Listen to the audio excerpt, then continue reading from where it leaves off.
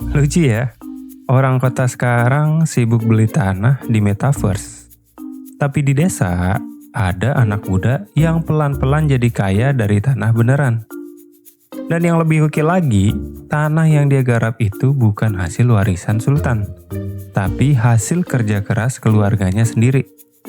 Kerja pelan, konsisten, nggak viral, tapi hasilnya nyata. Jadi gini, ada seorang anak muda dari Demak, Jawa Tengah, masih kuliah semester 5, keluarganya punya bisnis kecil-kecilan, fotokopi dan percetakan. Uangnya nggak gede, tapi cukup buat hidup dan nabung sedikit-sedikit. Nah, keluarga ini punya cara berpikir yang unik.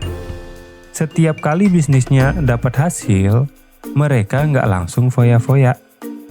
Mereka beli sawah, 1, 2, 3 petak, lama-lama jadi aset yang lumayan.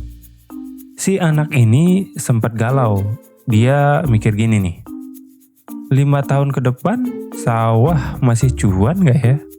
Soalnya teman-teman gue pada main Bitcoin, NFT, saham. Masa gue cuma di sawah doang? Pertanyaan yang jujur banget kan? Dan menurut gue ini bukan cuma pertanyaan dia. Ini juga pertanyaan jutaan anak muda Indonesia yang hidup di era digital, tapi masih punya akar di tanah desa.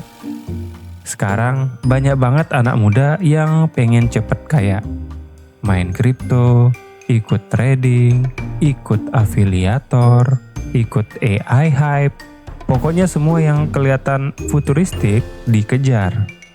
Tapi ironinya, semua itu volatile, penuh resiko, dan gak semua orang cocok.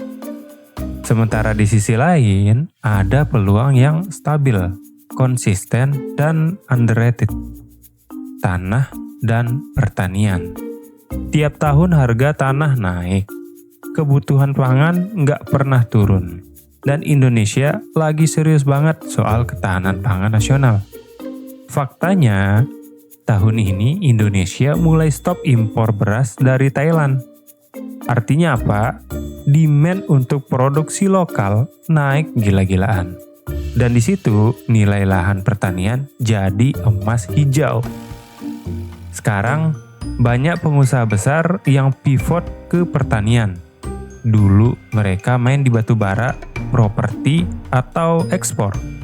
Sekarang bikin sawah industri, bangun green farming, investasi alat panen otomatis, bahkan bikin supply chain beras sendiri.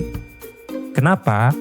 Karena mereka sadar, ketika dunia makin panas secara geopolitik, ketika harga pangan global gak stabil, yang paling berharga bukan lagi data atau aset digital, tapi kemampuan makan.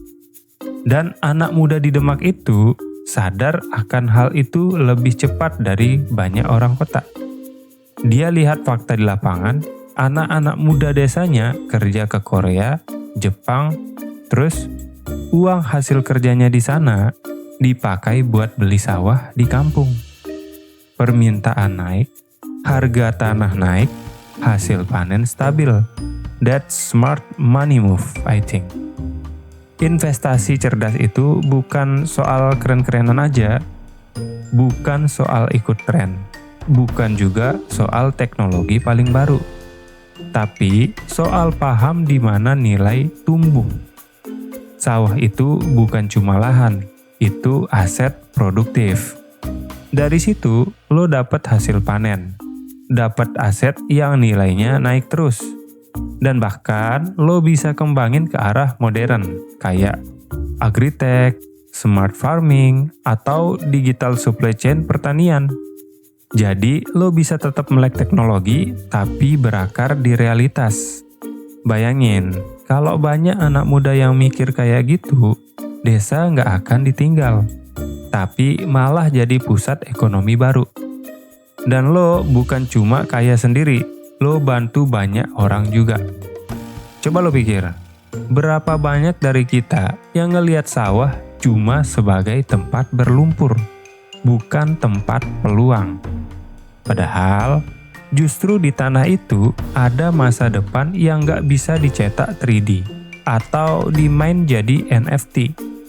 Itu tanah nyata dengan nilai nyata dan manfaat nyata. Mungkin udah saatnya kita nggak cuma mikir jadi orang kota yang sukses, tapi jadi anak desa yang berdaulat. Ketika orang sibuk ngejar tanah digital, mungkin yang paling visioner justru dia nih, yang tetap ngurus tanah beneran. Karena kecerdasan sejati bukan tentang siapa yang paling cepat ikut tren, tapi siapa yang paling paham arah dunia berjalan. Sawah bukan masa lalu, sawah itu masa depan. Dan mungkin di sanalah energi muda Indonesia sebenarnya tumbuh.